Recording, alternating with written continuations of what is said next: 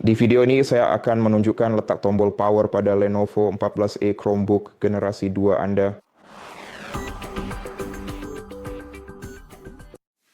Jadi tombol power dapat Anda temukan di pojok kanan atas keyboard perangkat Anda, dan sebenarnya fungsi dari tombol ini hanyalah salah satu tombol lain yang ada pada laptop Anda.